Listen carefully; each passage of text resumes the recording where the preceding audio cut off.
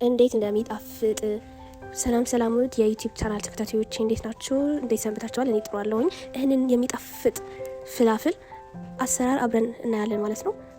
እንደምታዩት ሽምብራውን ለአንድ ቀን ዘፍፌው ነበረ። ከዛ ወደ መጥለያ አርጋ ጥዬ አስቀመጥኩትኝ። ከዛ ለፍላፍሉ የሚሆን ቂጣ ማብኳት እንጀምራለን ማለት ነው። እንደምታዩት መጀመሪያ ቤኪ ፓውደር አድርጌያለሁ። ከዛ ኮርን ፍሎር አንድ ማንኪያ እናደርጋለን ማለት ነው።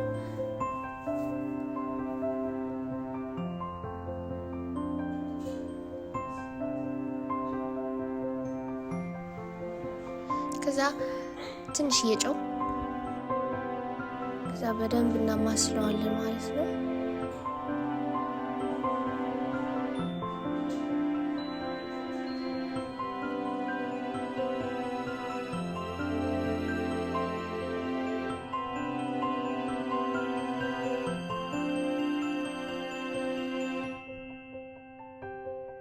ዱቄታችን በምንፈልገው መጠን እንጨምራለን።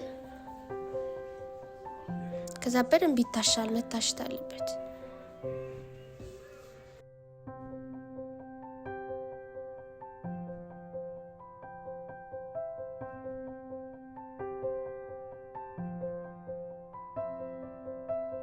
እንደምታዩት በጣም በደንብ ታሽቶ ዝግጁ ሆኗል ማለት ነው። ከላይ ትንሽዬ ዘይት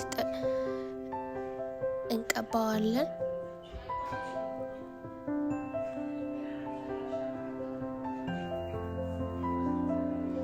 ከዛ ባለን ላስቲክ አድርገን ጠቅልለን እናስቀምጠዋለን ማለት ነው። እስከዛው ያኛው እስከሚቦካልን ትንሽ ግፍ እስከሚልልን ወደ ፍላፍሉ መስራት እንገባለን ማለት ነው። እንደምታዩት ፍላፍል መፍጫው አስገብተን ሽምብራው፣ ሽንኩርት፣ ነጭ ሽንኩርት 7 ነጭ ሽንኩርት፣ ቅመም፣ ቆንዶ በርበሬ፣ ካሙን፣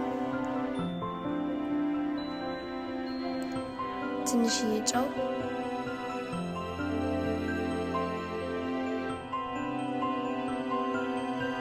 ኮርን ፍሎርም ትንሽዬ እናስገባበታለን።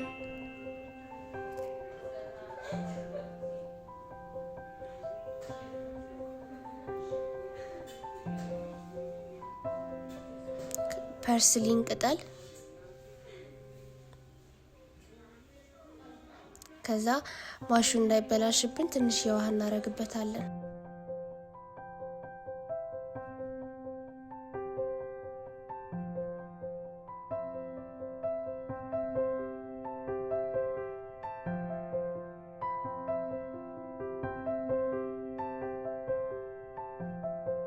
ልብን በመሃል እየከፈትን እንዲህ በማንኪያ እያስተካከልን እንፈጫዋለን ማለት ነው።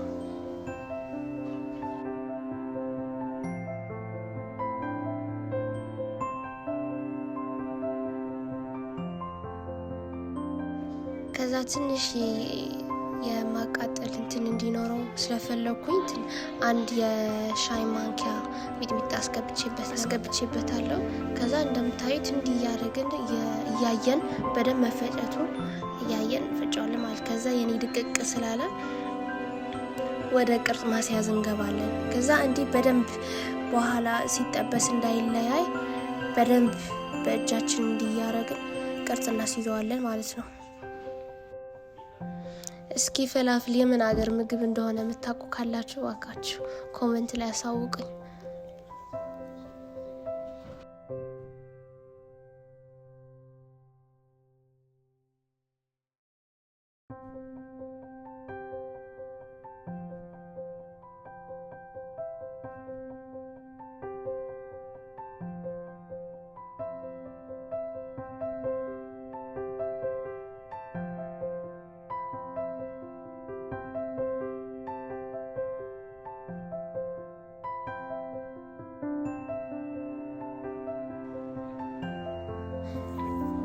እንደምታዩት እንዲያርገን አዘጋጅተናል ማለት ነው። ደስ አይልም? በጣም ነው ደስ የሚለው። እንዲህ ቅርጽ ይዞ ሲጠበስ ደግሞ በጣም ይገርማል። ከዛ በጋለው ዘይት ላይ እንጨምረን እንጠብሰዋለን።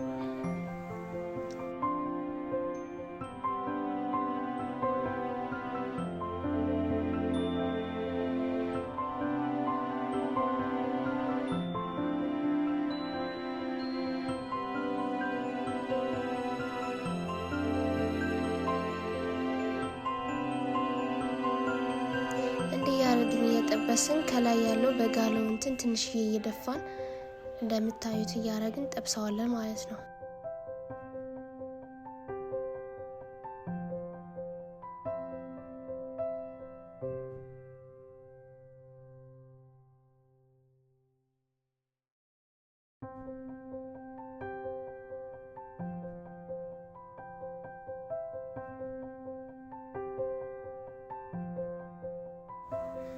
ዳርገን ከጠበስነው በኋላ ደስ የሚል ከለር ከያዘ በኋላ ሳህናችን ላይ ባዘጋጀነው ሳህን ላይ ሶፍት አድርገን እንዲያረግን እናወጣዋለን ማለት ነው።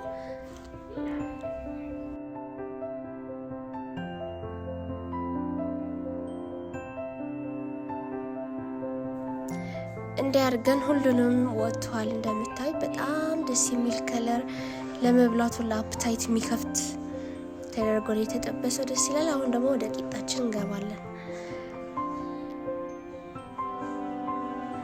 እንዲህ በአራት ቦታ እንከፍለውና በደንብ አድርገን ዳምጠን በባዴራ ላይ ቀለል አድርገን እንሰራዋለን።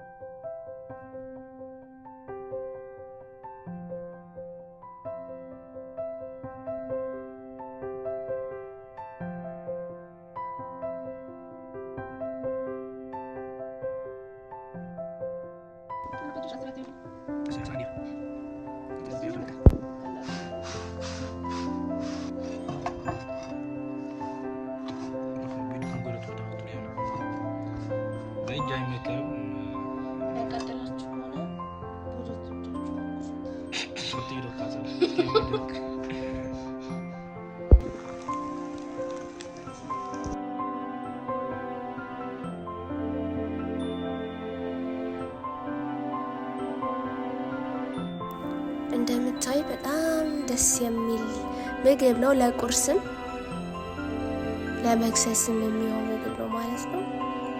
ቻው